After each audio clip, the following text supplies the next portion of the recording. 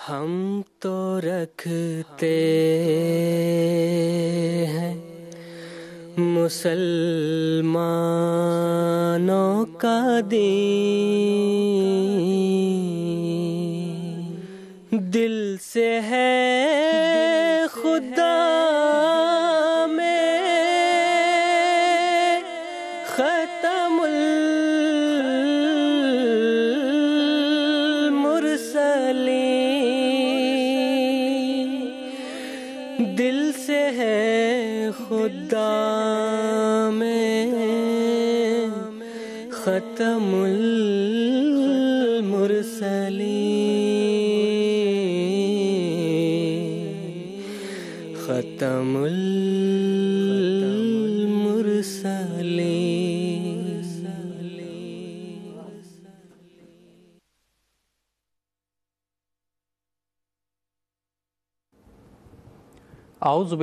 আউযুবিল্লাহি মিনাশ শাইতানির রাজিম। বিসমিল্লাহির রহমানির রহিম। দর্শকবৃন্দ, আসসালামু আলাইকুম ওয়া রাহমাতুল্লাহি ওয়া বারাকাতুহু। দর্শকবৃন্দ, আজ 6 জুলাই 2024 খ্রিস্টাব্দ, রোজ শনিবার। ভারতে এখন রাত 10টা এবং জিএমটি অনুযায়ী এখন অপরাহ্ন 4:30। আর দর্শকবৃন্দ, এটি রাহেউদা অনুষ্ঠানের সময়।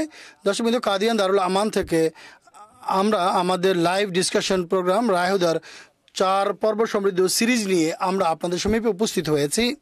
দর্শকবৃন্দ, আজ এই সিরিজের সূচনা হচ্ছে এবং এই পুরো সিরিজে আমরা সৈয়দনা হযরত মির্জা বশিরউদ্দিন মাহমুদ আহমদ সাহেব খলিফাতুল মসিহ সানি রাদিয়াল্লাহু তাআলা মুসলিম মাউদ রাদিয়াল্লাহু আনহুর বিখ্যাত গ্রন্থ আহমদিয়াত অর্থাৎ সত্যিকার ইসলাম সম্পর্কিত বিষয়ে আলোচনা করব। দর্শকবৃন্দ, যেভাবে আপনারা জানেন, রাহেউদা অনুষ্ঠান লাইভ হওয়ার পাশাপাশি এটি একটি ইন্টারেক্টিভ অনুষ্ঠানও বটে। অর্থাৎ আপনারা আপনাদের পোস্টের মাধ্যমে আমাদের এই অনুষ্ঠানে যোগ দিতে পারেন।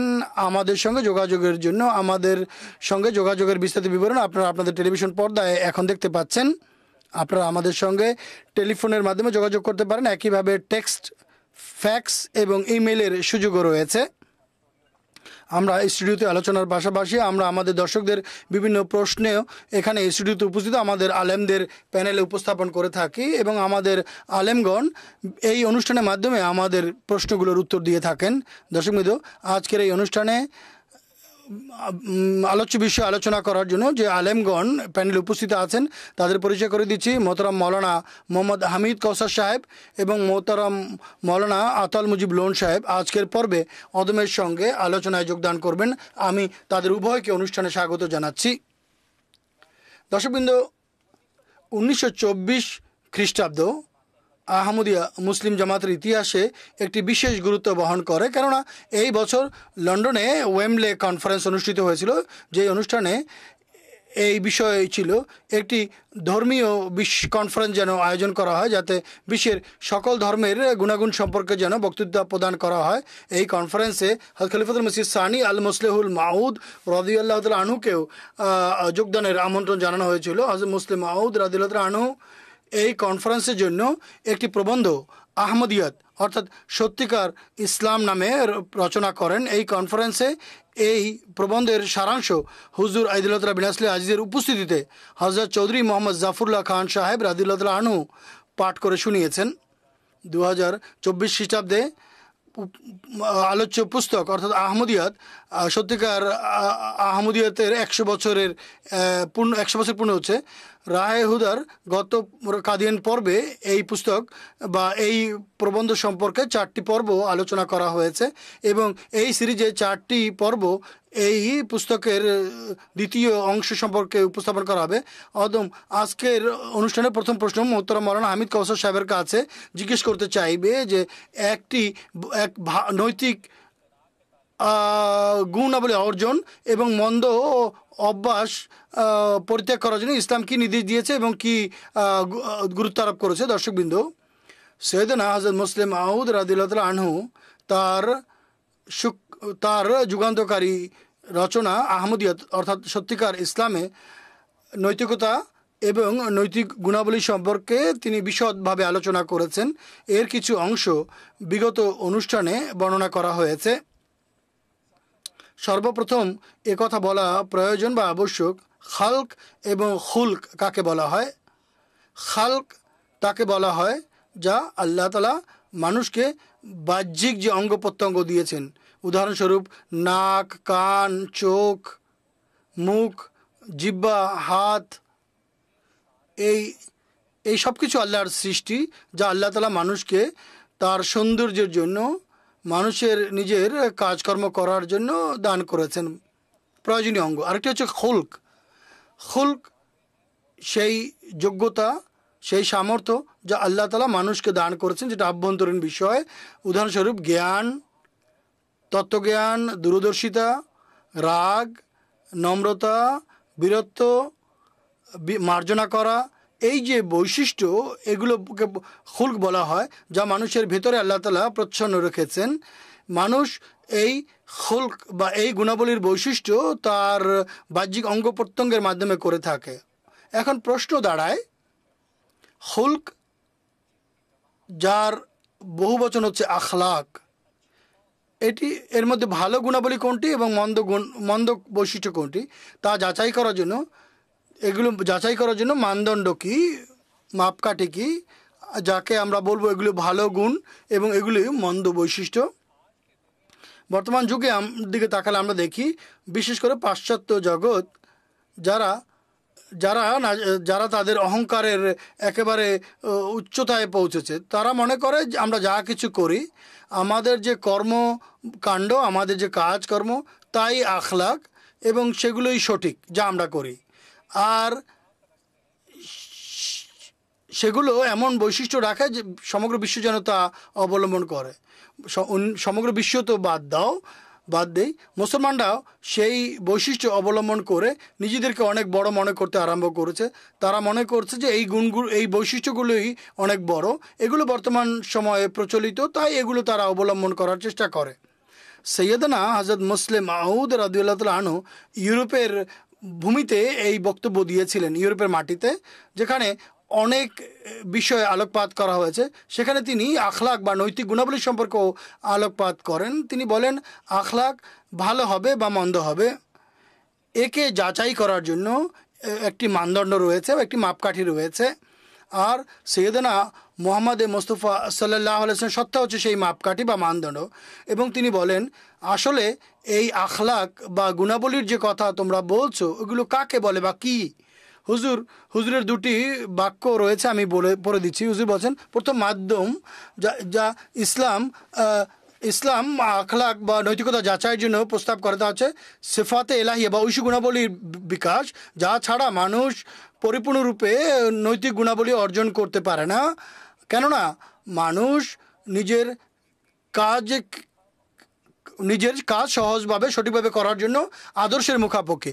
আল্লাহ তাআলা পবিত্র কোরআনে ঐশী যে গুণাবলী বর্ণনা করেছেন, তার মধ্যে হতে যার সম্পর্ক বা যেগুলোর সম্পর্ক মানুষের সাথে, নিজেদের গণ্ডিতে থেকে যখন মানুষ সেসব গুণ বা বৈশিষ্ট্য অবলম্বন করে আর এগুলো তার দ্বারা বা সেই গুণাবলী বা বৈশিষ্ট্য তার দ্বারা প্রকাশ পায়, সেগুলি হচ্ছে আখলাক। সৈয়দনা মুহাম্মদ মুস্তাফা সাল্লাল্লাহু আলাইহি ওয়াসাল্লাম এ সম্পর্কে বলেছেন, তাখাল্লাকু বে আখলাকিল্লাহ, তোমরা আল্লাহ তাআলার গুণাবলী অবলম্বন করো, আল্লাহ তাআলার রং ধারণ করো। আল্লাহর রং কি, আল্লাহর গুণাবলী কি? তা হচ্ছে সেই ঐশী গুণাবলী যা পবিত্র কোরআনে বর্ণিত হয়েছে। আর এর দলিল বা এর প্রমাণ আল্লাহ তাআলা পবিত্র কোরআনে স্বয়ং বর্ণনা করেছেন। আল্লাহ তাআলা মহানবী সাল্লাল্লাহু আলাইহি ওয়াসাল্লামকে সম্বোধন করে বলেছেন, ওয়া ইন্নাকা লাআলা খুলুকিন আযীম, হে মুহাম্মদ মুস্তাফা সাল্লাল্লাহু আলাইহি ওয়াসাল্লাম, আপনি নৈতিকতার উন্নত মানে অধিষ্ঠিত, আপনার আখলাকের মান অতি উত্তম বা মহান। যখন একবার হযরত উম্মুল মুমিনিন হযরত আয়েশা সিদ্দিকা রাদিয়াল্লাহু তাআলা আনহার কাছে এই আখলাক সম্পর্কে জিজ্ঞেস করা হয়, এমন কোন আখলাক আছে যা তাকে মহানবী সাল্লাল্লাহু আলাইহি ওয়াসাল্লামকে সর্বোচ্চ মাকামে অধিষ্ঠিত করেছে, তখন তিনি বলছেন, খুলুকুহুল কোরআন। মহানবী সাল্লাল্লাহু আলাইহি ওয়াসাল্লামের আখলাক তা হচ্ছে পবিত্র কোরআনের দর্পণ, অর্থাৎ মোহাম্মদ সাল্লাল্লাহু আলাইহি ওয়াসাল্লাম হুবহু সেই আখলাক বা নৈতিকতা অবলম্বন করেছেন বা গুণ অবলম্বন করেছেন যা আল্লাহ তাআলার গুণ বা বৈশিষ্ট্য। অর্থাৎ এভাবে বলা যেতে পারে আল্লাহ তাআলার সকল ঐশী গুণাবলীর পরিপূর্ণ বিকাশ স্থল ছিলেন সৈয়দনা হযরত মুহাম্মদ মুস্তাফা সাল্লাল্লাহু আলাইহি ওয়াসাল্লামের সত্তা। তার মাধ্যমে সেই গুণাবলী বিকশিত হয়েছে এবং এটা প্রমাণিত। এবং এর ফলাফল স্বরূপ যখন তিনি আবির্ভূত হন তখন নৈরাজ্য ছেয়ে গিয়েছিল, গুনাহ, পাপাচার, সব কিছু একদম সীমা ছাড়িয়ে গিয়েছিল। জলে এবং স্থলে মানুষ বন্য জীবজন্তুর জীবনযাপন করছিল, তা আরব বিশ্বে হোক বা বিশ্বের অন্য প্রান্তেই হোক না কেন। সৈয়দনা হযরত মুহাম্মদ মুস্তাফা সাল্লাল্লাহু আলাইহি ওয়াসাল্লাম পৃথিবীতে আবির্ভূত হয়ে এক বন্য জন্তুতুল্য মানুষকে মানবীয় মূল্যবোধ শিখিয়েছেন। এরপর তাকে মানুষ বানিয়েছেন। এরপর সেই মানুষকে নৈতিকতার গুণ সম্পন্ন মানুষ বানিয়েছেন। এরপর তাকে খোদাপ্রেমী মানুষ বানিয়েছেন। এটি হযরত মসিহ মাউদ আলাইহিসসালাতু ওয়াসসালাম বারবার উল্লেখ করেছেন যে জন্তুতুল্য মানুষকে মানুষ বানানো, এরপর তাকে নৈতিকতার উন্নত মানে অধিষ্ঠিত মানুষ বানানো, এটি হযরত মুহাম্মদ মুস্তাফা সাল্লাল্লাহু আলাইহি ওয়াসাল্লামেরই স্বতন্ত্র বৈশিষ্ট্য। অনেক নবী এসেছেন কিন্তু তারা কেউ এটা করতে পারেনি। হযরত মূসা আলাইহিস সালামের জাতি তার সঙ্গে এমন কোন আচরণ আছে যা করেনি? মহানবী সাল্লাল্লাহু আলাইহি ওয়াসাল্লামেরই তরবিয়ত বা প্রশিক্ষণ ছিল যে এই বন্যজন্তুতুল্য মানুষ হয়েছে এবং উন্নত গুণ সম্পন্ন মানুষ হয়েছে এবং খোদাপ্রেমী মানুষ হয়েছে। এবং তাদের মধ্যে এমন মানুষও ছিল যারা আল্লাহ তাআলার সঙ্গে বাক্যালাপের সৌভাগ্য লাভ করেছেন। এরপর প্রশ্ন দাঁড়ায় সেসব গুণের দৃষ্টান্ত তো আমি এখানে উপস্থাপন করতে পারব না অল্প সময়, যা মহানবী সাল্লাল্লাহু আলাইহি ওয়াসাল্লামের মাধ্যমে যেসব গুণের বিকাশ ঘটেছে। কিন্তু প্রাথমিক 4টি গুণ বা বৈশিষ্ট্য যার উল্লেখ সূরা ফাতিহায় রয়েছে, সংক্ষেপে তা আমি বলে দিচ্ছি। আল্লাহ তাআলার গুণ এবং বৈশিষ্ট্য কী এবং মহানবী সাল্লাল্লাহু আলাইহি ওয়াসাল্লামের মাধ্যমে সেই আল্লাহর গুণ এবং বৈশিষ্ট্যের বিকাশ কীভাবে ঘটেছে এবং আমাদের নিজের জীবনে সেই গুণাবলী কীভাবে অবলম্বন করতে হবে তা আমি আপনাদেরকে বলে দিচ্ছি সংক্ষেপে। আল্লাহ তাআলা পবিত্র কোরআনের শুরুতে বলে দিয়েছেন, বিসমিল্লাহির রহমানির রহিম, আল্লাহর নাম হচ্ছে আল্লাহ। এরপর আল্লাহ তাআলার যে প্রথম গুণবাচক নাম, আল্লাহ তাআলার গুণাবলীর মধ্যে থেকে প্রথম যে গুণবাচক নাম তা হচ্ছে রহমান, অর্থাৎ রহমানিয়তের বৈশিষ্ট্য। এর অনেক অর্থ এবং অনেক তফসির রয়েছে। এই শব্দটি এক সমুদ্রের মতো বিশাল, কিন্তু মূল এটি শব্দ বলে দিচ্ছি। আর রহমানের অর্থ হচ্ছে শতপ্রবৃত্ত দাতা, নিজের থেকে না চাইতে যিনি দান করেন, অযাচিত দানকারী। রহমান বৈশিষ্ট্যের বিকাশের এমন ঘটনা আছে মহানবী সাল্লাল্লাহু আলাইহি ওয়াসাল্লামের জীবনে, তা বর্ণনা করার জন্য অনেকগুলো দিনের প্রয়োজন। ছোট্ট একটি উপমা দিচ্ছি বা দৃষ্টান্ত দিচ্ছি। হযরত আবু হুরায়রা রাদিয়াল্লাহু আনহুর যে হাদিস বারবার উল্লেখ করা হয় যে তিনি ক্ষুধার তাড়নায় একবার রাস্তায় দাঁড়িয়ে থাকেন এবং একটি আয়াতের তফসির তিনি হযরত ওমর রাদিয়াল্লাহু আনহুকে জিজ্ঞেস করেন। উদ্দেশ্য ছিল যেন তিনি আমার ক্ষুধার তাড়না বুঝতে পারেন এবং আমাকে কিছু খাবার জন্য দেন। তিনি বুঝতে পারেননি এবং এই আয়াতের কিছু তফসির তিনি বর্ণনা করে চলে যান। এরপর আবু বকর সিদ্দিক রাদিয়াল্লাহু আনহু আসেন তার কাছে, তিনি সেই আয়াতের তফসির জানতে চান। উদ্দেশ্য ছিল তিনি যেন আমার ক্ষুধার কষ্ট অনুধাবন করেন এবং আমাকে খাওয়ার জন্য কিছু দেন। তিনিও অর্থাৎ আবু বকর বিষয়টি বুঝতে পারেননি। হযরত নবী আকরাম সাল্লাল্লাহু আলাইহি ওয়াসাল্লাম আসেন, সেই একই আয়াত তিনি হুজুর পাক সাল্লাল্লাহু আলাইহি ওয়াসাল্লামকে শোনান। হুজুর মুচকি হাসেন, কোনো প্রশ্ন না করেই মহানবী সাল্লাল্লাহু আলাইহি ওয়াসাল্লাম বলেন, আমার চেহারা দেখে তিনি আমার হৃদয়ের আকাঙ্ক্ষা কি তা অনুধাবন করেন। তিনি বলেন, আবু হুরায়রা, তুমি আমার পেছনে আসো। হযরত রাসূল পাক সাল্লাল্লাহু আলাইহি ওয়াসাল্লাম আবু হুরায়রাকে নিজের বাড়িতে নিয়ে যান এবং সেই দুধের পাত্র পান করান। শুধু বিষয় এতটুকুই নয়, তার যে আর রহমান গুণের দাবি এই ছিল, সেখানে ক্ষুধার্ত আসহাবে সুফাও ছিল। তিনি জানতেন যে সেই আসহাবে সুফাকেও কিছু দিতে হবে। তিনি অযাচিতভাবে তাদেরকেও ডেকে পাঠান এবং তাদেরকেও সেই পেয়ালা থেকে দুধ পান করান এবং আবু হুরায়রাকেও সেই পেয়ালা থেকে দুধ পান করান। এটি সিফাতে রহমানিয়তের একটি সামান্য ঝলক, যে না চাইতেই মানুষকে সাহায্য করা। হযরত মুহাম্মদ সাল্লাল্লাহু আলাইহি ওয়াসাল্লামের এতটা উপলব্ধি ক্ষমতা ছিল, তিনি তার এক অনুসারীকে এবং তার একজন অনুসারীর একজন অনুসরণীয় নেতার মধ্যে এই বৈশিষ্ট্য থাকা উচিত, তিনি যেন তার অনুগত বান্দার বা তার অনুসারীর ভিতরের অবস্থা উপলব্ধি করতে পারেন এবং তার প্রয়োজন পূর্ণ করতে পারেন। এটি হচ্ছে সিফাতে রহমানিয়াত এবং এটা হচ্ছে উন্নত গুণ এবং ঐশী গুণাবলী। মহানবী সাল্লাল্লাহু আলাইহি ওয়াসাল্লামের সাহচর্যে মুসলমানরা এটি লাভ করেছে, অন্যরা লাভ করেছে। এরপরে দ্বিতীয় গুণ বা বৈশিষ্ট্য হচ্ছে আর রহিম। প্রথম হচ্ছে আল্লাহর নাম, এরপরে আর রহমান, এরপরে হচ্ছে আর রহিম। আর রহিম কাকে বলা হয়? যিনি বারবার দয়া করেন, যার হৃদয়ে দয়া থাকে, যিনি দয়ার সাগর, দয়ায় পরিপূর্ণ, স্নেহ এবং সহানুভূতিতে পরিপূর্ণ থাকে যার হৃদয়। এর বিকাশ হযরত মুহাম্মদ মুস্তাফা সাল্লাল্লাহু আলাইহি ওয়াসাল্লাম দ্বারা কীভাবে ঘটেছে তারও একটি দৃষ্টান্ত দিচ্ছি। মক্কার যুগ, মহানবী সাল্লাল্লাহু আলাইহি ওয়াসাল্লাম স্বয়ং তিনি এক নির্যাতিত অবস্থায় জীবনযাপন করছিলেন। চরম নির্যাতন, নিপীড়ন চলছিল। কাবা গৃহে নামাজ পড়া তার জন্য কঠিন ছিল। তিনি পথ চলতেন, মানুষ পাথর নিক্ষেপ করত। সেখানে এক ব্যক্তি আসে, তার নাম ছিল আরাশা। সে বেদুইন ছিল, কিছু উট বিক্রি করার জন্য সে মক্কার বাজারে এসেছিল। আবু জাহেল সেই উটগুলো কিনে নেয়, কিন্তু উট কেনার পরও মূল্য পরিশোধ করেনি। সে বিভিন্ন অলি গলিতে ঘুরতে থাকে, সাহায্য চাইতে থাকে, কেউ তাকে সাহায্য করেনি। মক্কাবাসীরা, মক্কার নেতারা অনিষ্ট চিন্তা করে তাকে বলে, তোমাকে যদি কেউ সাহায্য করতে পারে তাহলে মোহাম্মদ বিন আবদুল্লাহ সাল্লাল্লাহু আলাইহি ওয়াসাল্লাম তার কাছে যাও, তার দরবারে যাও, তার দরজায় যাও, তিনি সাহায্য করেন। এই আরাশা তাদের কুটচাল বুঝতে পারেনি। সে মহানবী সাল্লাল্লাহু আলাইহি ওয়াসাল্লামের দরবারে উপস্থিত হয়, দরজায় উপস্থিত হয়। হুজুর পুরো কাহিনী শুনেন এবং তার হৃদয় থেকে রহমানিয়তের বৈশিষ্ট্য উথলে উঠে, রহমানিয়তের বৈশিষ্ট্য উথলে উঠে এবং তিনি তাকে বলেন, জাবের কাহের। আবু জাহেলের দরজায় গিয়ে তিনি করাঘাত করেন এবং বলেন, এই আরাশার মূল্য পরিশোধ করো। আবু জাহেল ভয় পেয়ে যায়, সাথে সাথে ঘরের ভিতরে গিয়ে অর্থ এনে তাকে দিয়ে দেয়। লোকেরা জিজ্ঞেস করে, তুমি কেন ভয় পেলে? তখন সে আবু জাহেল বলে, আমি দেখলাম মোহাম্মদ দুপাশে দুটি উট দাঁড়িয়ে আছে, আমার উপর আক্রমণ করবে। এটি ছিল সিফাতে রহিমিয়াত বৈশিষ্ট্যের বহিঃপ্রকাশ, যা আমাদের আকা এবং মনিব মোহাম্মদ মুস্তাফা সাল্লাল্লাহু আলাইহি ওয়াসাল্লামের মাধ্যমে সমগ্র বিশ্বের সামনে প্রকাশিত হয়েছে। আজ মোহাম্মদ সাল্লাল্লাহু আলাইহি ওয়াসাল্লামের অনুসারীদের এই ঝলক দেখাতে হবে, এই রহিমিয়াত বৈশিষ্ট্যের বহিঃপ্রকাশ ঘটিয়ে দেখাতে হবে। এরপরে তৃতীয় বৈশিষ্ট্য হচ্ছে রাব বা রবুবিয়ত, প্রভু প্রতিপালক বা প্রতিপালক প্রভুর। কামা রাব্বায়ানি সাগিরা, অর্থাৎ প্রতিপালন করাও এবং প্রতিপালকও।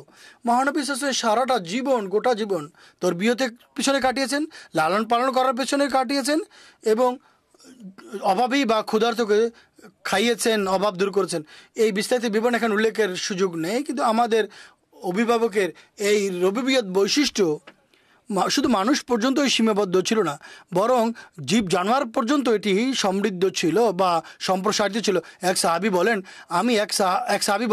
আমি মহানবী সাল্লাল্লাহু আলাইহি ওয়াসাল্লামের সঙ্গে এক আনসারীর বাগানে যাই।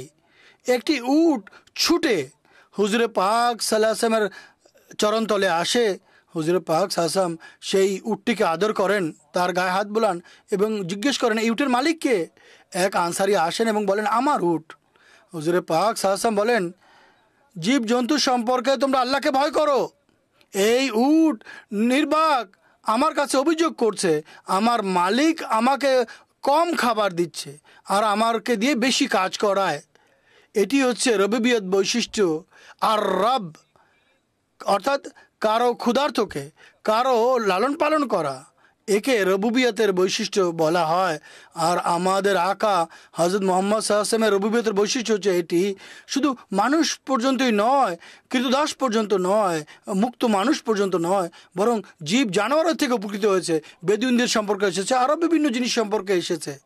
এটি তার রবিবিয়ত বৈশিষ্ট্যের বহিঃপ্রকাশ।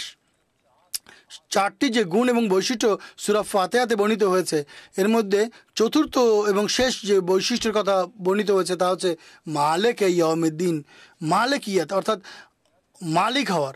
যখন মানুষ মালিক হয়, অধিপতি হয়, তার হাতে ক্ষমতা থাকে, অধিকার থাকে, তখন তার নৈতিকতার মান যাচাই করা যায়। তখন তার বৈশিষ্ট্য কি এটি দেখা যায় যে তার মাঝে কতটা ন্যায়নিষ্ঠতা রয়েছে, কতটা অনুপ্রেরণা রয়েছে।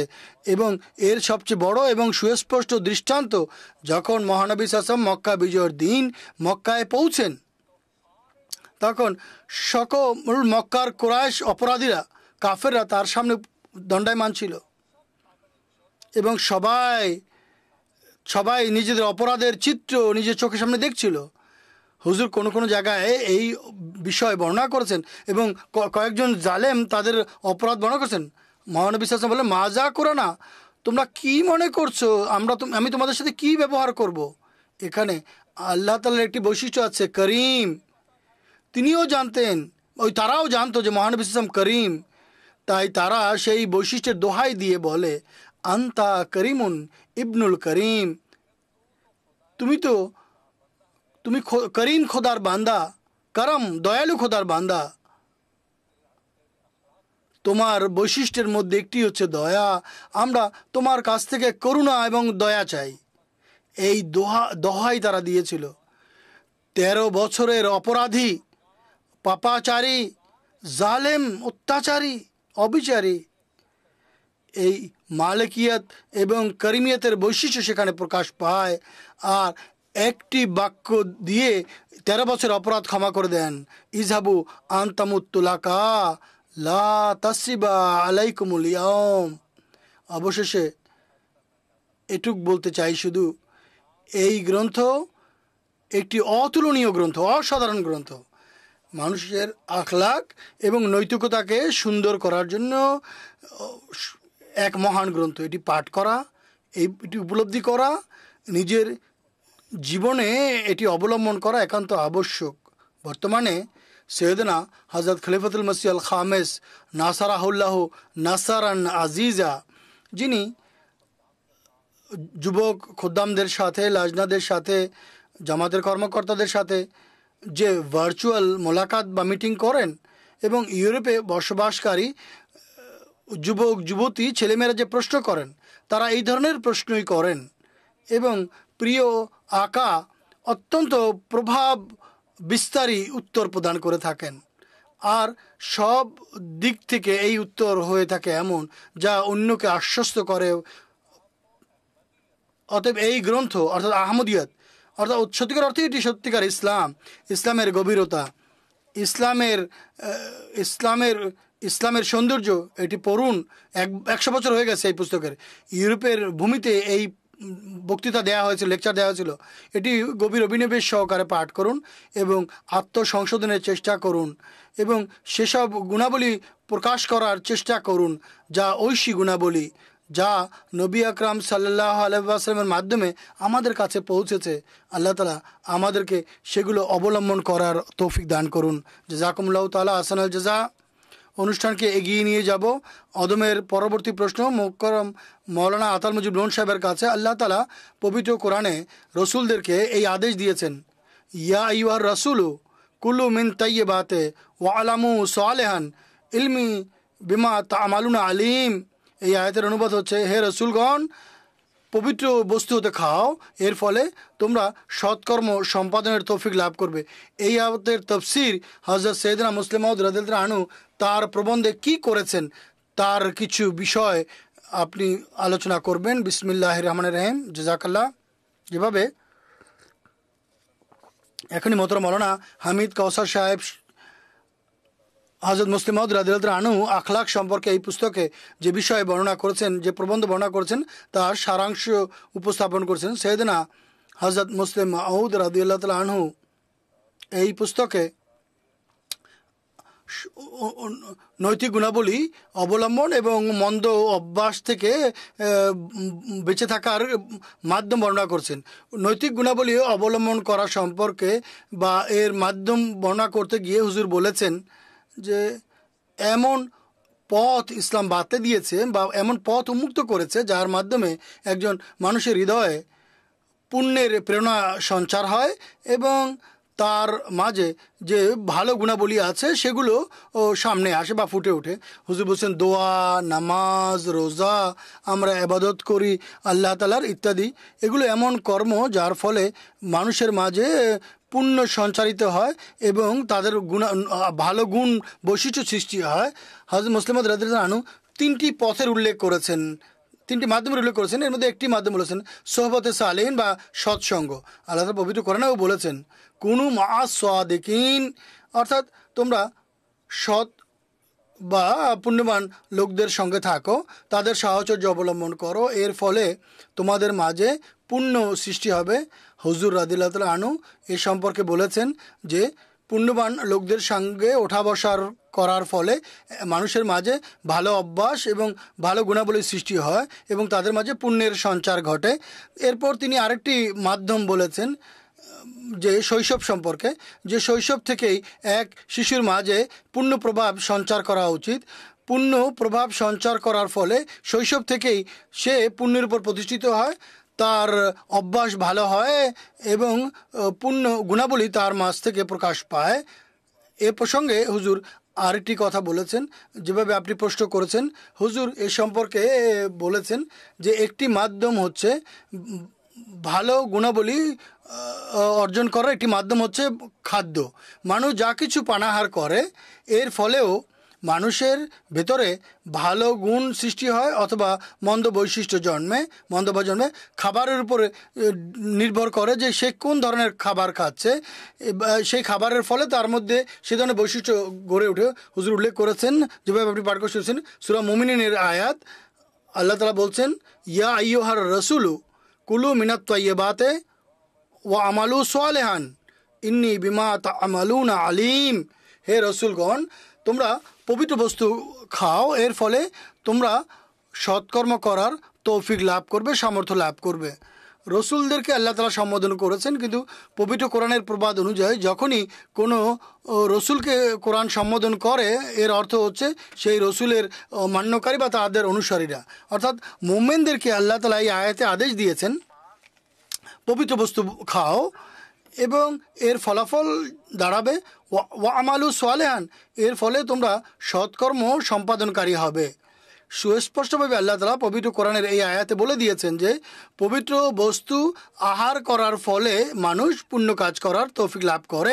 হযরত মসিহ মাউদ আলাইহিস সালাতু ওয়াস সালামও এই বিষয়ে আলোকপাত করেছেন। বিশেষ করে ইসলামী নীতি দর্শন পুস্তকে তিনি উল্লেখ করেছেন যে মানুষ যা কিছু আহার করে, যেভাবে সেই আহারের ফলে তার দেহের উপর এর প্রভাব পড়ে, ঠিক একইভাবে সেই আহারের ফলে তার নৈতিকতা এবং তার আধ্যাত্মিকতার উপরেও এর প্রভাব পড়ে। হুজুর বিভিন্ন দৃষ্টান্ত দিয়েছেন, সংক্ষেপে আমি বলছি, যদি কোনো মানুষ শুধুমাত্র সবজি খায়, তরকারি খায়, তাহলে এর ফলে তার মাঝে নম্রতার বৈশিষ্ট্য হবে, সহিষ্ণুতার বৈশিষ্ট্য গড়ে উঠবে, কিন্তু বীরত্ব এবং সাহস তার মাঝে সৃষ্টি হবে না। এর বিপরীতে একজন মানুষ যদি শুধু মাংসাশী হয়, মাংসই খেতে থাকে, তাহলে তার মাঝে সাহস এবং বীরত্ব তো সৃষ্টি হবে, কিন্তু তার মাঝে নম্রতা এবং সহিষ্ণুতা এবং কোমলতার বৈশিষ্ট্য আদৌ তার মাঝে সৃষ্টি হবে না। এজন্য ইসলাম পানাহারের যে শিষ্টাচার, এর বৈশিষ্ট্য এটি বলতে গিয়ে আমাদেরকে শিখেছে একটি ভারসাম্য থাকা উচিত, একটি ব্যালেন্স থাকা উচিত, যেখানে তার সবজি খাওয়ার প্রতিও মনোযোগ দেওয়া উচিত, সেখানে মাংস খাওয়ার প্রতিও তার মনোযোগ দেওয়া উচিত। উভয় খাবার যখন ভারসাম্য বজায় রেখে মানুষ খাবে, তখন উভয় বৈশিষ্ট্য বা গুণ তার মাঝে সৃষ্টি হবে। সুতরাং হযরত মুসলিম মাউদ রাদিয়াল্লাহু আনহু এই আয়াতের তাফসীরে এই বিষয় বর্ণনা করেছেন। আমি একটি উদ্ধৃতি এই সম্পর্কে হযরত মুসলিম মাউদ রাদিয়াল্লাহু আনহু উপস্থাপন করতে চাই। হুজুর বলেন, ইসলামে খাবারের নির্দেশকে একটি আইন হিসেবে উপস্থাপন করেছে, আর সেই আইনটি হচ্ছে যেহেতু মানুষের সকল প্রয়োজনীয় ইন্দ্রিয় বা প্রয়োজনীয় প্রেরণাকে বৃদ্ধি করা প্রয়োজন, তাই তার সব ধরনের খোরাক খাওয়া উচিত।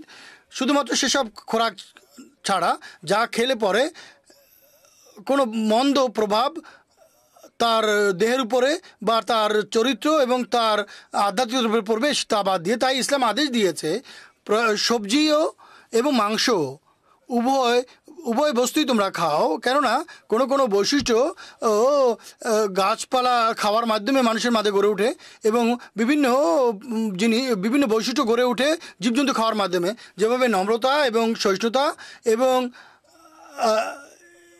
এবং অবিচলতা এবং কিন্তু সবজি খাওয়ার মাধ্যমে হয়, এবং বীরত্ব, সাহস এবং উদ্যম এগুলো জীবজন্তু খাওয়ার মাধ্যমে অর্থাৎ মাংস খাওয়ার মাধ্যমে হয়। অর্থাৎ ইসলাম আদেশ দিয়েছে সব ধরনের খাবার খাও, যাতে সব ধরনের প্রেরণা বা বৈশিষ্ট্য মানুষের মাঝে বৃদ্ধি পেতে থাকে বা গড়ে ওঠে। হুজুর এই আয়াতের তফসিরে একথাই বলেছেন। এরপর হুজুর একথাও বলেছেন যে ইসলাম আমাদেরকে এটিও শিখিয়েছে, এমন নয় যে মাংস খাওয়ার আদেশ দিয়েছে তাই মানুষ শুধু মাংসই খেতে থাকবে, সবজি খাওয়ার প্রতি মনোযোগ দিবে না, বা সবজি খাওয়ার আদেশ দিয়েছে তাই বলে শুধু সবজিই খেতে থাকবে। হুজুর এ সম্পর্কে সূরা আরাফের আরেকটি আয়াত উল্লেখ করেছেন, যাতে আল্লাহ তাআলা বলেন, ইয়া বানি আদমা খুযু জিনাতাকুম ইনদা কুল্লি মসজিদিন ওয়াকুলু ওয়াশরাবু ওয়ালা তুসরিফু ইন্নাহু লা ইউহিব্বুল মুসরিফিন। হে মোমেনগণ, সৎকর্ম অবলম্বন করার জন্য খোদা তাআলার ইবাদত আভ্যন্তরীণ এবং ভিতরকে বাইরে এবং ভিতর বাইরে পবিত্র করে করো, এবং পানার জন্য এগুলো ব্যবহার করো, এবং এক বিষয়ের প্রতি মনোযোগ দিও না, লা তুসরিফু, বাড়াবাড়ি করো না, একটি খাবারের প্রতি তোমরা জোর দিও না, যাতে সব ধরনের প্রাকৃতিক বা স্বভাবজ প্রয়োজন তোমাদের মাঝে পূর্ণ হতে থাকে। অতএব খাবারের সব ধরনের খাওয়ার প্রয়োজন এটি আল্লাহ তাআলা পবিত্র কোরআনে বলছেন। অন্যান্য আয়াত যে উপস্থাপন করেছি, মুসলিম মাউদ রাদিয়াল্লাহু আনহু সূরা আরাফের যে ব্যাখ্যা করেছেন, পানাহারের ফলে মানুষের নৈতিকতার গুণ এবং তার বৈশিষ্ট্য স্বভাবের উপরে প্রভাব পড়ে। এর পাশাপাশি হুজুর আরেকটি আয়াত উপস্থাপন করেছেন, যাতে বলেছেন আল্লাহ তাআলা সীমানাও টেনে দিয়েছেন, এমন নয় যে যা ইচ্ছা খেতে থাকবে। এই শিক্ষাও দিয়েছেন যে পবিত্র বস্তু খাও, এই শিক্ষাও দিয়েছেন যে তোমরা বাড়াবাড়ি করবে না। এর পাশাপাশি এই শিক্ষাও দিয়েছেন যে কোন জিনিস তোমরা খাবে না। কেন? এর কারণ হচ্ছে এগুলো খাওয়ার ফলে মানুষের নৈতিকতা নষ্ট হয়ে যায়, মানুষের স্বভাবের উপরে মন্দ প্রভাব পড়ে। সুতরাং এই সম্পর্কে সূরা আল আনামের একটি আয়াত হুজুর উপস্থাপন করেন, যাতে আল্লাহ তাআলা বলেছেন, কুল্লা আজিদু ফি মা উহিয়া ইলাইয়া মুহাররামান আলা তায়মান ইয়াতামুহুম ইল্লা আইয়াকুলা মাইতাতান আও দামান মাসুহান আও লাহমা খিনজিরিন ফাইন্নাহু রিসুন আও ফিসকুন উহিল্লাল গায়রিল্লাহ বিহি। তুমি বলে দাও, আমি আমার ওহীতে আমি তাদেরকে এই বিষয়ে খেতে বারণ করেছি, অর্থাৎ মৃত্যু ভক্ষণ করবে না, অথবা রক্ত অথবা শূকরের মাংস খাবে না। এর মধ্যে হতে এগুলো সবগুলোই ক্ষতিকর, অথবা সেই জিনিস তোমাদের জন্য হারাম যেগুলো মানুষকে ধর্ম থেকে দূরে নিক্ষেপ করে বা মানুষের মধ্যে অসভ্যতা সৃষ্টি করে, নির্লজ্জতা সৃষ্টি করে। অর্থাৎ যে জিনিসের উপরে আল্লাহ তাআলার নাম ছাড়া অন্য কোনো কিছু নাম উচ্চারণ করা হয়েছে, অথবা অন্য কোনো উপাস্যের আনন্দের খাতিরে তাকে জবাই করা হয়েছে, অথবা খোদা ছাড়া অন্য কারো নাম নিয়ে তাকে জবাই করার সময় অন্য কারো নাম উচ্চারণ করা হয়েছেন। আল্লাহ তাআলা স্পষ্ট করে বলে দিয়েছেন পবিত্র কোরআনের আয়াতে, আল্লাহ তাআলা বলেছেন যে কোন বস্তু তোমরা খাবে না, কোন জিনিস তোমাদের জন্য হারাম। কেন হারাম করেছেন? কারণ এই হারাম বস্তু খাওয়ার ফলে, যেভাবে এই আয়াতেও আল্লাহ তাআলা বলেছেন, হযরত মুসলিম মাউদ রাদিয়াল্লাহু আনহু ব্যাখ্যা করেছেন যে এই হারাম বস্তু খাওয়ার ফলে মানুষের নৈতিকতার উপরে মন্দ প্রভাব পড়ে, তার স্বভাবের উপরে মন্দ প্রভাব ফেলে, তার আধ্যাত্মিকতার উপরে মন্দ প্রভাব ফেলে, এবং মানুষ ধীরে ধীরে ধর্ম থেকে দূরে সরে যায়।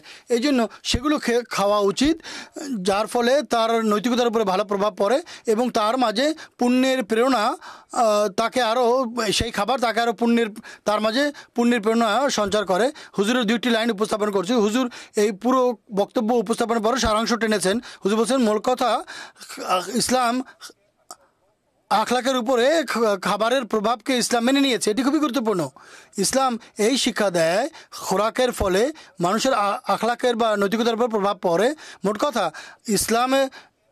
ইসলাম আখলাকের উপরে খোরাকের প্রভাব গ্রহণ করেছে, মেনে নিয়েছে, এবং একে বিভিন্ন শর্ত এবং নিয়মের অধীনে বেঁধে দিয়েছে। আখলাক বা নৈতিক উন্নত নৈতিকতা অবলম্বন করা এক নতুন অধ্যায় খুলে দিয়েছে, দ্বার খুলে দিয়েছে এবং সেই যথাযথভাবে এবং নিয়মতান্ত্রিকভাবে গ্রহণ করার অনুমতি দিয়েছে বা যতটুকু গ্রহণ করলে আখলাকের উপরে এর পূর্ণ প্রভাব পড়ে। এই আয়াতের তফসিরের সারাংশ যা হযরত মুসলিম মাউদ রাদিয়াল্লাহু আনহু বর্ণনা করেছেন যে আমাদের সবসময় পবিত্র বস্তু খাওয়া উচিত, হালালের মধ্যে হতেও সবসময় পবিত্র বস্তু খাওয়া উচিত। কেননা যদি আমরা এমনটি না করি তাহলে এমন আহারের ফলে যা নোংরা, যা অপবিত্র, কদর্য, এগুলো আমাদের আখলাকের উপরে, আমাদের নৈতিকতার উপরে মন্দ প্রভাব ফেলবে। যদি আমরা চাই যে আমাদের আখলাক ভালো হোক, আমাদের স্বভাব ভালো হোক, আমাদের মাঝে পুণ্যের প্রেরণা সৃষ্টি হোক, তাহলে আমাদের পবিত্র বস্তু খাওয়া উচিত এবং পাক জিনিস খাওয়া আবশ্যক। জাযাকুমুল্লাহু তাআলা আহসানাল জাযা। দর্শকবৃন্দ, আমাদের একজন টেলিফোন কলার আমাদের সঙ্গে যোগ দিয়েছেন বাংলাদেশ থেকে মোকাররম আরিফুজ্জামান সাহেব, এখন আমাদের সঙ্গে টেলিফোন লাইনে আছেন। আমরা তার প্রশ্নটি শুনছি। আসসালামু আলাইকুম ওয়া রাহমাতুল্লাহি ওয়া বারাকাতুহু। আরিফ সাহেব। ওয়ালাইকুম আসসালাম ওয়া রাহমাতুল্লাহি ওয়া বারাকাতুহু। জি আরিফ সাহেব, আপনার প্রশ্ন করুন।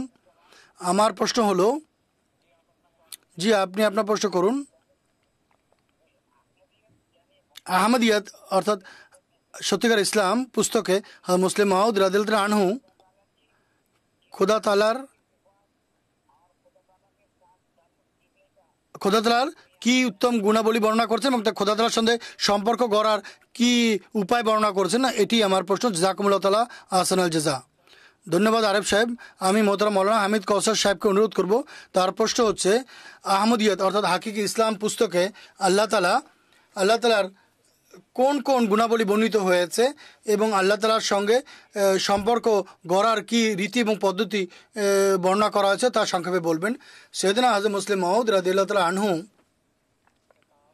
আহমদিয়াত অর্থাৎ সত্যিকার ইসলাম পুস্তকে এই বিষয়ে অনেক আলোচনা করছেন যে একজন মানুষের আল্লাহর সঙ্গে কীভাবে নিবিড় সম্পর্ক গড়ে উঠতে পারে।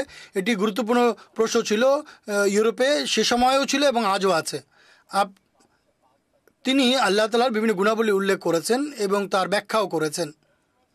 তার মধ্যে হতে একটি গুণ হচ্ছে, তিনি বলেন সামি উদ্দোয়া, আল্লাহ তাআলাকে ডাকো আর আল্লাহ তাআলা তোমাদের ডাক শুনবেন বা তিনি তোমাদের ডাকের উত্তর দেন। আল্লাহ তাআলার সঙ্গে সম্পর্ক নিবিড় করার সর্বপ্রথম উপায় হচ্ছে আল্লাহ তাআলাকে ডাকো। উদউনি আস্তাজিব লাকুম, তোমরা তাকে ডাকো, তিনি তোমাদের ডাকে সাড়া দিবেন। ইসলাম যে আল্লাহর সঙ্গে বিশ্ববাসীর পরিচয় করাচ্ছে, তিনি স্পষ্টভাবে ঘোষণা দিয়েছেন যে আমাকে ডাকো, আমি তোমাদের ডাকে সাড়া দিব। এখন বাকি অন্য কোনো ধর্ম, বিশ্বের অন্য কোনো ধর্ম এই দাবি করে না যে তাদের খোদাকে ডাকো, তারা উত্তর দিবে। ডাকতে থাকো, ডাকতে থাকো, ডাকতে থাকো, কোনো উত্তর তোমরা কখনোই পাবে না। এটি এমন কথা, একজন মানুষ জঙ্গলে যদি হারিয়ে যায়, সে ডাকতে থাকে কেউ আছে কি আমাকে উদ্ধার করার, সেখানে কেউ কারো কাছ থেকে সে উত্তর পাবে না। তখন সে এটি বুঝবে যে এখানে কেউ নাই আমাকে উদ্ধার করার মতো। সেই একই অবস্থা অন্যান্য ধর্মের অনুসারীদের, তারা ডাকতে যাচ্ছে, ডাকছে ডাকছে ডাকছে, দেবী দেবতা, এখানে আমরা সব কিছু দেখছি, কিন্তু তারা কোনো উত্তরই পাচ্ছে না। কিন্তু ইসলাম এমন এক ধর্ম যা আমাদেরকে সামিউ দোয়ার শিক্ষা দেয়, যে দোয়া শুনেন, দোয়ার উত্তর দেন। আর এর খোদা তাআলা মানুষের জবাব দেওয়ার বা মানুষের ডাকে সাড়া দেওয়ার বিভিন্ন অনেক মাধ্যম রয়েছে। মানুষ আশ্বস্ত হয়, প্রবোধ লাভ করে, নিশ্চিন্ত হয়। যদি সেই দোয়া তার অনুকূলে যদি ইতিবাচক না হয়, তার জন্য ক্ষতিকর হয়, তখন আল্লাহ তাআলা বুঝিয়ে দেন যে এই দোয়া এই জন্য আমি গ্রহণ করিনি, কারণ এটি তোমার জন্য ক্ষতিকর। আর হযরত মসিহ মাউদ আলাইহিস সালাম বারবার তার মালফুজাত এবং তার বিভিন্ন রচনায় উল্লেখ করেছেন এবং একটি দৃষ্টান্ত দিয়ে বুঝিয়েছেন যেভাবে মা এবং সন্তান জাগতিক দৃষ্টিকোণ থেকে সবচেয়ে নৈকট্য যদি কারো থাকে তাহলে মা এবং সন্তানের মধ্যে থাকে। অনেক সময় ছোট শিশু 6 মাস বা আরও যদি কম বেশি বয়স হয়ে থাকে, সে যদি আগুনের অঙ্গার দেখে তা ধরার চেষ্টা করে, আর যখন মা আসেন তখন মা সেই বাচ্চাকে আগুনের অঙ্গার ধরতে দেয় না। বাচ্চা মায়ের উপর অসন্তুষ্ট হয়, মাকে আঁচড় দেয়, আমাকে এই খেলার জিনিস ধরতে কেন দিচ্ছে না। কিন্তু মা সন্তানের যেহেতু হিতৈষী কল্যাণ কামনা করেন, তাই তিনি জানেন যদি আমি একে এই অঙ্গার ধরতে দেই তাহলে এই অঙ্গার তার ক্ষতি করবে, তার হাত পুড়িয়ে দিবে। সে অন্য কোনো খেলনার মাধ্যমে তাকে বলে যদি এই খেলার মাধ্যমে খেলো। একইভাবে আল্লাহ তাআলা যিনি জানেন যদি আমি তার এই দোয়া গ্রহণ করি, কবুল করি, তাহলে এটি তার জন্য ক্ষতিকর প্রমাণিত হবে। তাই আল্লাহ তাআলা কোনো কোনো দোয়া কবুল করেন না এবং বুঝিয়ে দেন যে এর বিনিময়ে আমি তোমাকে এটি দিচ্ছি, কেননা তোমার এই প্রার্থিত বস্তু তোমার জন্য কল্যাণকর নয়। তাই আল্লাহ তাআলার কাছে পৌঁছার সবচেয়ে বড় মাধ্যম হচ্ছে আল্লাহ তাআলার কাছে দোয়া করা। আর যখন মানুষ দোয়া করে, এবং এই দোয়া আমাদেরকে সূরা ফাতিহা শেখানো হয়েছে, ইহদিনাস সিরাতাল মুস্তাকিম, হে আল্লাহ আমি তোমার কাছে পৌঁছতে চাই, আমাকে সেই পথ বাতলে দাও, দেখিয়ে দাও যা আমাকে তোমার কাছে পৌঁছে দিবে। সঠিক পথ নির্ধারণ করাও গন্তব্যে পৌঁছার জন্য অত্যন্ত আবশ্যক। যদি আমরা এখানে দিল্লিতে যেতে চাই আর আমরা যদি পাঠানকোট অভিমুখে রওনা দিই, তাহলে একজন মানুষ সারা জীবনে দিল্লিতে পৌঁছতে পারবে না। প্রথমে তাকে সঠিক নিশানা করতে হবে যে কোন গন্তব্যে সে যেতে চায় আর কোন পথ তাকে অবলম্বন করতে হবে। তাই ইসলাম আমাদেরকে দোয়া শিখিয়েছে, ইহদিনাস সিরাতাল মুস্তাকিমের দোয়া পাঠ করো এবং এরপর তোমরা এই পথ অবলম্বন করো। এভাবে হুজুর আরও অনেকগুলি উপমা দিয়ে বুঝিয়েছেন, আর হযরত মসিহ মাউদের বিভিন্ন ঘটনাও উপস্থাপন করে বলেছেন যে এই যুগেও আল্লাহ তাআলা দোয়া শুনেন, আর যারা তার পানে যেতে চায় তাদেরকে তিনি দিক নির্দেশনা বা পথ নির্দেশনা দেন। জাযাকুমুল্লাহু আহসানাল জাযা। অনুষ্ঠানকে এগিয়ে নিয়ে যাব অদমের পরবর্তী প্রশ্ন মোহতারাম মাওলানা হামিদ কাউসার সাহেবের কাছে, যে জাতীয় সম্পর্ককে সঠিকভাবে বজায় রাখার জন্য পারিবারিক সম্পর্কের উপর নির্ভর করে। স্বামী স্ত্রীর যে সম্পর্কে যিনি আলোচনা করেছেন এই বিষয়ে কিছুটা আলোচনা করবেন। সেদিন হযরত মুসলিম মাউদ রাদিয়াল্লাহু তাআলা আনহু এই পুস্তকে, এই গ্রন্থে এই বিষয়ে বিস্তারিত আলোচনা করেছেন এবং খুব সংক্ষেপে কিছু উপমা দিয়ে আমি এটি বোঝার এবং বোঝানোর চেষ্টা করব। হুজুর বলেছেন, এক ছেলে এবং এক মেয়ে যখন প্রাপ্ত বয়সে উপনীত হয় তখন তাদের নিকাহ এবং বিয়ে হয়। এই উভয়ের বিয়ের ফলে একটি নতুন পরিবারের ভিত্তি রচিত হয়, একটি নতুন প্রজন্মের ধারা সূচিত হয়। উদাহরণস্বরূপ সাইয়েদনা হযরত আলী রাদিয়াল্লাহু তাআলা আনহু এবং হযরত ফাতেমা রাদিয়াল্লাহু তাআলা আনহার বিয়ে হয়। এরপর সাদাত যে বংশধরদের আমি গণনা করি তারা সবাই এই বিয়ের ফলে সৃষ্টি হয়েছে। হুজুর বলেন, যেহেতু এক প্রাপ্তবয়স্ক পুরুষ এবং নারীর যখন বিয়ে হয় একটি নতুন পরিবারের ভিত্তি বা সূচনা হয়, তখন এক ছেলে এবং এক মেয়ে একজন আরেকজনকে যে বেছে নেয় তা চারটি কারণে তারা বেছে নেয়। হয় তার ধন সম্পদ দেখে, অথবা তার বংশ পরিচয় বা উন্নত পরিবারের দেখে তাকে মেনে নেয়, অথবা সেই ছেলে বা মেয়ের মধ্যে অনেক সৌন্দর্য থাকবে, অথবা তার দৃষ্টিতে থাকবে ওই ছেলে বা মেয়ের ধর্ম। মহানবী সাল্লাল্লাহু আলাইহি ওয়াসাল্লাম বলেছেন, খোদা তোমার মঙ্গল করুন, তুমি ধার্মিক ছেলে বা ধার্মিক মেয়েকে বেছে নিও। এটি হচ্ছে নীতিগত বিষয়। ধর্মকে যখন অগ্রাধিকার দেওয়া হয়, যখন এই উভয় অর্থাৎ ছেলে মেয়ে উভয় যখন ধর্মকে অগ্রাধিকার দিবে, এরপর তাদের মাধ্যমে যে বংশধারা সৃষ্টি হবে এবং যার বা বিয়ের সবচেয়ে বড় উদ্দেশ্য হচ্ছে পুণ্যবান সন্তান। রব্বানা হাবলানা মিন আজওয়াজনা ওয়া যুররিয়াতিনা কুররাতা আয়ুনি ওয়াজআলনা লিল মুত্তাকিনা ইমামা। এরপর তারা দোয়া করে, হে আল্লাহ আমাদেরকে ন্যাক এবং পুণ্যবান সন্তান দাও যারা আমাদের চোখের স্নিগ্ধতার কারণ হবে, প্রশান্তির কারণ হবে এবং যারা আমাদের ইমাম হবে। এক হচ্ছে ধর্মীয় ইমাম, পৃথিবীর সকল পর্যায়ে আমাদের ইমাম তাদেরকে আমরা বানিয়েছি, শুধু পরিবারের ইমামই নয়। উদাহরণ দিচ্ছি, মহানবী সাল্লাল্লাহু আলাইহি ওয়াসাল্লাম এই বিষয়টিকে কিভাবে অবলম্বন করেছিলেন। মহানবী সাল্লাল্লাহু আলাইহি ওয়াসাল্লামের বয়স ছিল 25 বছর মাত্র, আর তিনি বিয়ে করেছিলেন হযরত খাদিজা রাদিয়াল্লাহু তাআলা আনহাকে, যার বয়স ছিল 40 বছর। কি কারণে বিয়ে করেছিলেন? কেননা তিনি পুত পবিত্র ছিলেন মক্কায়, অথচ তার দুজন স্বামী ইতিপূর্বে মারা গিয়েছিল, দুবার তিনি বিধবা হয়েছেন, কিন্তু তার পুণ্য, তার পবিত্রতা, তার পুত পবিত্রতার কারণে 40 বছর বয়স হওয়া সত্ত্বেও মহানবী সাল্লাল্লাহু আলাইহি ওয়াসাল্লাম তাকে বিয়ে করেছিলেন। তার সঙ্গে তিনি 15 বছর বয়স কাটিয়েছেন বিবাহিত জীবন। যখন তার বয়স 40 বছর হয় তখন হেরা গুহায় মহানবী সাল্লাল্লাহু আলাইহি ওয়াসাল্লামের প্রতি প্রথম ওহী অবতীর্ণ হয়। এখন আপনি চিন্তা করে দেখুন, স্বামী স্ত্রী 15 বছর যাবৎ তাদের বৈবাহিক জীবন, এই সময়কালে তাদের সন্তান সন্ততিও হয়, কিন্তু স্ত্রী তাকে আটকায়নি, বাধা দেয়নি যে আপনি হেরা গুহায় গিয়ে ইবাদত করতে পারবেন না, এখানে সন্তানরা ছোট, কাজকর্ম বাদ দিয়ে সেখানে গিয়ে কেন আপনি ইবাদত করছেন। এরপর প্রথমবার যখন ওহী অবতীর্ণ হয় আর ওহির পরে হুজুর পাক সাল্লাল্লাহু আলাইহি ওয়াসাল্লাম তার কাছে ফিরে আসেন, তিনি একথাই বলেছিলেন, হযরত খাদিজা, কাল্লাহ, খোদার কসম, আপনি আনন্দিত হন, আল্লাহ তাআলা আপনাকে কখনো লাঞ্ছিত করবেন না, অপদস্থ করবেন না। আপনি আত্মীয়তার সম্পর্ক রক্ষা করেন, আপনি নিপীড়িতদের সাহায্য করেন। এখন দেখুন, একজন স্ত্রী যিনি পবিত্র হওয়ার কারণে হুজুর তাকে বিয়ে করেছিলেন, শাদী করেছিলেন, তার দাবি শোনা মাত্রই তাকে মেনে নিয়েছিলেন। মক্কায় তো আরও অনেক মহিলা ছিল, হিন্দা ছিল, অমুক ছিল, অনুমুখ ছিল, অনেক মহিলা ছিল, কিন্তু এই তাহেরা পবিত্রা মহিলা রমণী হুজুর পাক সাল্লাল্লাহু আলাইহি ওয়াসাল্লাম যাকে শুধুমাত্র এই কারণে গ্রহণ করেছিলেন যে তার মাঝে একটি ধার্মিকতা ছিল, পবিত্র বৈশিষ্ট্য ছিল। পবিত্র কোরআন আরও দুটি উদাহরণ দিয়েছে এ সম্পর্কে।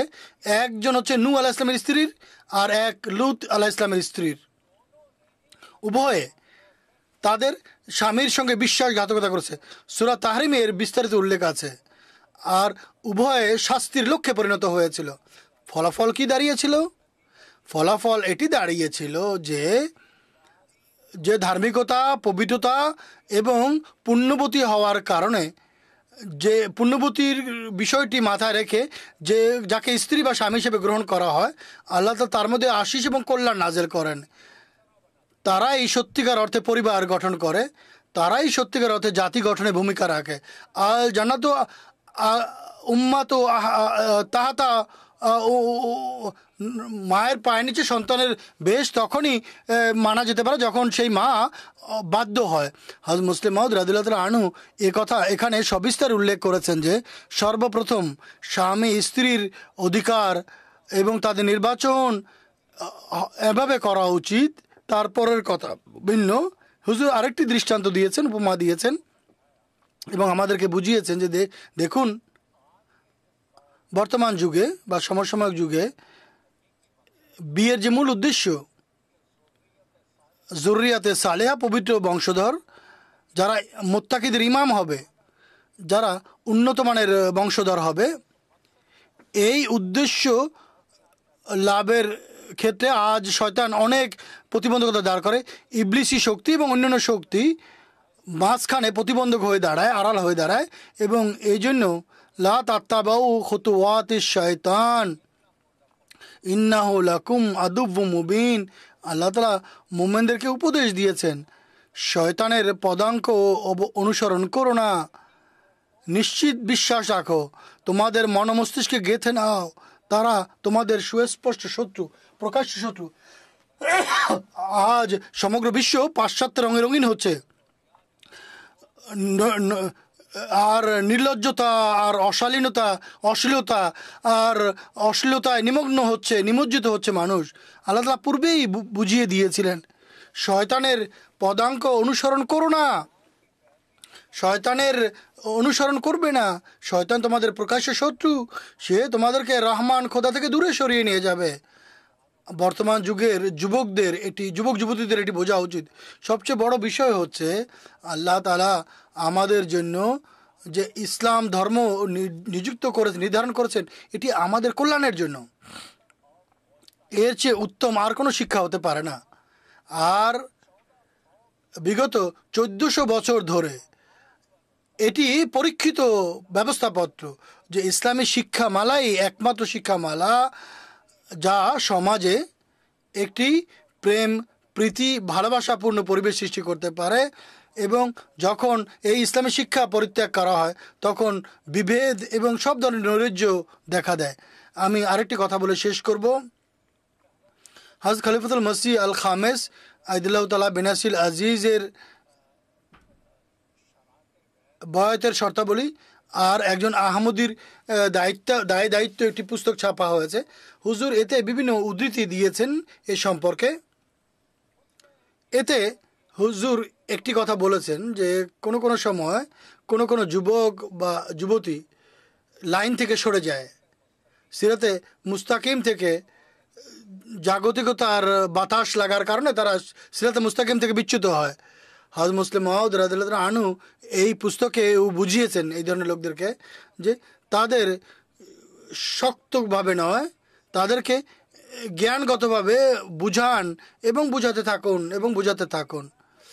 আর কখনো তাদের ব্যাপারে নিরাশ হবেন না, বরং তাদেরকে নৈরাশ্য থেকে মুক্ত করার চেষ্টা করুন আর তাদেরকে নোংরামি থেকে বাঁচানোর উপদেশ দিতে থাকুন। হুজুর আইদুল্লাহ তাআলা বেনাসিল আজিজ হুজুরের যুগের একটি উদাহরণ দিয়েছিলেন। এক ব্যক্তি হুজুরে পাক সাল্লাল্লাহু আলাইহি ওয়াসাল্লামের সমীপে উপস্থিত হন এবং বলেন, আমার মধ্যে এত নোংরামি আছে, এত খারাপই আছে, এত মন্দ অভ্যাস আছে, আমাকে উপদেশ দিন যেন আমি এইসব মন্দ কাজ থেকে বিরত হতে পারি। হুজুর তিনি মানুষের স্বভাব অভ্যাস জানতেন। হুজুর তার স্বভাবকে পড়েছেন এবং বুঝেছেন এবং একজন অভিজ্ঞ ডাক্তার এবং চিকিৎসকের ন্যায় তার চিকিৎসা করেছেন। যে এর একমাত্র চিকিৎসা হচ্ছে, তিনি বলেন যে দেখো, তুমি আমার সাথে প্রতিশ্রুতি দাও, আমার সঙ্গে অঙ্গীকার করো যে তুমি আর মিথ্যা বলবে না আজকের পর থেকে। সে বলে এটি তো খুব সহজ কথা, সহজ বিষয়। কিন্তু এই প্রতিশ্রুতিবদ্ধ হওয়ার পর সে যখন চলে যায়, যখনই কোনো মন্দ কাজ করতো তখন সে বলতো, যদি আমি মিথ্যা বলি তাহলে এটি ভুল হবে, আর যদি আমি সত্য বলি তাহলে আমি এর শাস্তি পাব। এখন এটি হচ্ছে যারা মানুষের স্বভাবে, যারা মানুষের যে নফসের ডাক্তার, তাদের কাজ। যেসব যুবক আজ এই মন্দের দিকে ছুটছে তাদেরকে বুঝাতে হবে এবং বুঝে থাকতে হবে, এবং একজন অভিজ্ঞ আধ্যাত্মিক চিকিৎসক হিসেবে এবং দোয়ার মাধ্যমে এদেরকে বুঝাতে হবে। তাহলে এরা সঠিক পথে পরিচালিত হতে আরম্ভ করবে, ইহদিনাস সিরাতাল মুস্তাকিমের পথে পরিচালিত হবে, আনআমতা আলাইহিমের পথে পৌঁছে যাবে। নতুবা শেষ মুহূর্ত পর্যন্ত চেষ্টা করতে থাকুন যাতে এরা ওয়ালাদ দালিনের পথে না যায়। এই হচ্ছে সংশোধনের পদ্ধতি, রীতি যা হযরত মুসলিম মাউদ রাদিয়াল্লাহু তাআলা আনহু এই পুস্তকে উল্লেখ করেছেন, এবং অন্যান্য আরও দৃষ্টান্ত দিয়ে আমি আপনাদেরকে বোঝানোর চেষ্টা করুন। আল্লাহ তাআলা আমাদেরকে এগুলো বোঝার মানার তৌফিক দান করুন। জাযাকুমুল্লাহু তাআলা আহসানাল জাযা। দর্শকবৃন্দ, একটি অফলাইন প্রশ্ন আমরা টেক্সট মেসেজের মাধ্যমে পেয়েছি, আমি প্রশ্নটি পাঠ করে শোনাচ্ছি। প্রশ্ন হচ্ছে, হযরত মসিহ মাউদ আলাইহিসসালাতু ওয়াসসালামের শিক্ষামালার প্রভাব তার জামাতের উপর কীভাবে পড়েছে? আমি আতাল মুজিব লোন সাহেবকে অনুরোধ করব খুবই সংক্ষেপে বা সময়ের দিকে দৃষ্টি রেখে এর উত্তর দিবেন। জাকাল্লাহ, প্রশ্নটি এমন যে এই প্রশ্নের উত্তরে বিস্তারিত আলোচনা করা যেতে পারে, কিন্তু হযরত মসিহ মাউদ আলাইহিসসালাতু ওয়াসসালাম এই উদ্দেশ্যে পৃথিবীতে আবির্ভূত হয়েছিলেন যে তিনি তার আবির্ভাবের উদ্দেশ্য এবং লক্ষ্যই এটি বর্ণনা করছেন, একটি পবিত্র এবং পুণ্যবান জামাত যেন পৃথিবীতে গঠিত হয়। এবং তিনি বলেছেন, আমার আবির্ভাবের মূল উদ্দেশ্য হচ্ছে যারা খোদা তাআলা থেকে দূরে সরে গেছেন তাদেরকে যেন আমি খোদার সঙ্গে মিলিত করি, এবং আর সৃষ্টির নিজেদের মধ্যে যে পারস্পরিক সম্পর্ক যে পঙ্কিলতা দেখা দিয়েছে সেই পঙ্কিলতা দূর করে। এর যে প্রভাব এটি এত দীর্ঘ, এটি এত বিস্তারিত, তা এখানে বর্ণনা করা মুশকিল। শুধু এক লাইনে আমি বলে দিতে চাই যে আল্লাহ তাআলার কৃপায় তার শিক্ষামালার ফলে যেখানে তার অনুসারীদের আল্লাহ তাআলার সঙ্গে জীবন্ত সম্পর্ক গড়ে উঠেছে, সেখানে তাদের মধ্যে পারস্পরিক এত সুদৃঢ় এবং মজবুত সম্পর্ক গড়ে উঠেছে, যেটা ইসলামের শিক্ষার মূল উদ্দেশ্য। অনুষ্ঠানকে এগিয়ে নিয়ে যেতে যাব। মোহতারাম মাওলানা আতাল মুজিব লোন সাহেবের কাছে আমি প্রশ্ন করব, পবিত্র কোরআনের নির্দেশ অনুযায়ী স্ত্রী যদি কোনো অন্যায় কর্মে লিপ্ত হয় তাহলে তাকে শাস্তি দাও, কিন্তু আজকাল যারা অমুসলমান তারা আপত্তি করে এই সম্পর্কে, এবং বর্তমান যুগে বা সমসাময়িক যুগে নারীর উপর নারী নির্যাতনকে এক অপরাধ জ্ঞান করা হয়। তো ইসলামের এই শিক্ষার উদ্দেশ্য কী এবং এর পেছনে কী প্রজ্ঞা নিহিত? ইসলাম কখনোই এমন শিক্ষা দেয়নি যাতে কথা বলা হয়েছে যে নাউজুবিল্লাহ তোমরা তোমাদের স্ত্রীদের সঙ্গে বা নারীদের প্রতি জুলুম, অত্যাচার এবং নিপীড়নমূলক ব্যবহার করো, এমন কোনো শিক্ষা আল্লাহ তাআলার ফজলে ইসলামের মাঝে নেই। যেভাবে আলোচনা হচ্ছিল, হযরত মুসলিম মাউদ রাদিয়াল্লাহু তাআলা আনহু এই সম্পর্কে স্বামী স্ত্রীর অধিকার সম্পর্কে আলোচনা করেছেন এবং প্রসঙ্গক্রমে এই বিষয়টি আলোচনা করেছেন। ওয়াজিবুহুন্না সব সূরা নিসার আয়াত, যে এতে মূলত আল্লাহ তাআলা স্ত্রীদের সংশোধনের রীতি এবং পদ্ধতি পবিত্র কোরআনের এই আয়াতে বর্ণনা করেছেন। আর তিনটি পর্যায়ে তিনি বলেছেন, তিনটি ধাপ বলেছেন। যখনই কারো স্ত্রী বা কোনো মহিলার মাঝে কোনো নোংরামি দেখা দিবে বা অপকর্ম দেখা দিবে বা কোনো অন্যায় বা অশ্লীল কাজে তাকে লিপ্ত দেখা যাবে, এমন পরিস্থিতিতে তার সংশোধন আবশ্যক। তখন তাকে চোখ বন্ধ করে সেই পথে ছেড়ে দেওয়া যায় না যে সে নোংরামি করতে থাকবে আর তার স্বামী তার অপকর্ম দেখবে আর উপেক্ষা করতে থাকবে, এমনটি হতে চায় না। এটি একটি সত্য ধর্মের শিক্ষা, এটি হতে পারে না যে একজন মহিলাকে আমরা দেখছি যে সে ভুল পথে চলছে আর তার সংশোধনের কোনো পথ বাতলে দিবেন, এটি হতে পারে না। আল্লাহ তাআলা সংশোধনের তিনটি মাধ্যম বাতলে দিয়েছেন। আর পবিত্র কোরআনের সূরা নিসার 35 নম্বর আয়াতে তিনটি পথ বাতলে দিয়েছেন। আল্লাহ তাআলা বলেছেন, সর্বপ্রথম যে তাকে উপদেশ দাও, তাকে বুঝাও, ভালোবাসার সাথে তাকে বুঝাও যে তুমি ভুল পথে চলছো, তুমি সঠিক পথে চলে আসো। যদি তা থেকে সে বিরত না হয়, তাহলে দ্বিতীয় পদ্ধতি আল্লাহ তাআলা বলছেন যে হ্যাঁ ফাহজুরুহুন্না ওয়াহজুরুহুন্না, অর্থাৎ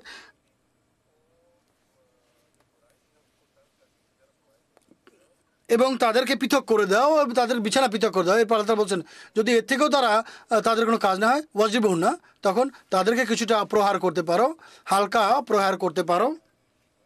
আল্লাহ তাআলা হালকা প্রহারের অনুমতি দিয়েছেন। ভালোভাবে এই বিষয়টি আমি বলতে চাই, আজ মুসলিম মাউদ রাদিয়াল্লাহু আনহু বিষয়টি স্পষ্ট করেছেন। এটি শুধুমাত্র এমন ক্ষেত্রে যখন কোনো অশ্লীল কাজে সে লিপ্ত হয়, মুহাররাকাত বা অপরাধে হবে, বা কোনো মন্দ কাজে বা অশ্লীল কাজে যদি সে জড়িত হয় তখন। আর এই জন্য প্রথমে শর্ত দিয়েছেন, প্রথম হচ্ছে চারজন সাক্ষী থাকতে হবে। চারজন সাক্ষীর উপস্থিতিতে যদি এই অপরাধ প্রমাণিত হয়, তারপর এই শর্ত আরোপ করেছে যে শুধুমাত্র অন্য কোনো কাজের জন্য নয়, কোনো ভুলের কারণে বা ঘরে তরকারিতে লবণ বেশি হয়ে গেছে, মরিচ বেশি হয়ে গেছে, এই জন্য লাঠি তুলে তাকে মারতে আরম্ভ করবে, এমন কোনো কাজ করার অনুমতি তাকে দেওয়া হয় না। অনেকে এটি মনে করে এবং তারা এই যে আদেশ, এর থেকে তারা মনে করে যে কোনো ক্ষেত্রে তাদেরকে মারতে পিটতে পারো, এর অনুমতি নেয়। শরত দিয়ে আল্লাহ তাআলা বাধ্য করেছেন, মুখে মারবে না, তাদের হাড়ে আঘাত করবে না।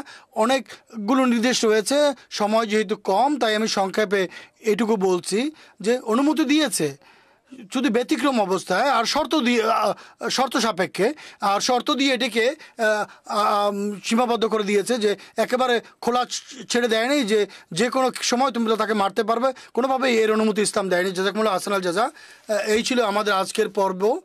আমাদের আজকের পর্বে সময় শেষ হয়ে যাচ্ছে। অনুষ্ঠানের শেষ দিকে অদম সৈয়দনা হযরত আকদাস মসিহ মাউদ আলাইহিসসালাতু ওয়াস সালামের একটি উদ্ধৃতি উপস্থাপন করবে। সৈয়দনা হযরত মসিহ মাউদ আলাইহিসসালাতু ওয়াস সালাম বলেন, খোদা তাআলা আমাকে সম্বোধন করে বলেছেন, আমি আমার জামাতকে যেন সংবাদ জানিয়ে দেই যারা ঈমান এনেছে, এমন ঈমান যার সঙ্গে পৃথিবীর কোনো মিশ্রণ নেই, সেই ঈমান বীরতা এবং কপটতামুক্ত নয়, এবং সেই ঈমান ইতাআতের কোনো অবস্থা থেকে বঞ্চিত নয়, এমন মানুষ খোদার পছন্দনীয়। আর খোদা তাআলা বলেন, তারাই এমন মানুষ যাদের পদচারণা সত্যের উপর প্রতিষ্ঠিত।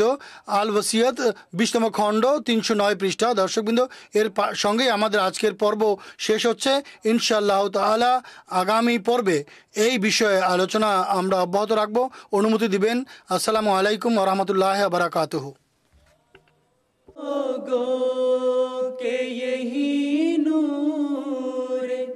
खुदा पाओगे, लो तुम्हें तौर तसल्ली का बताया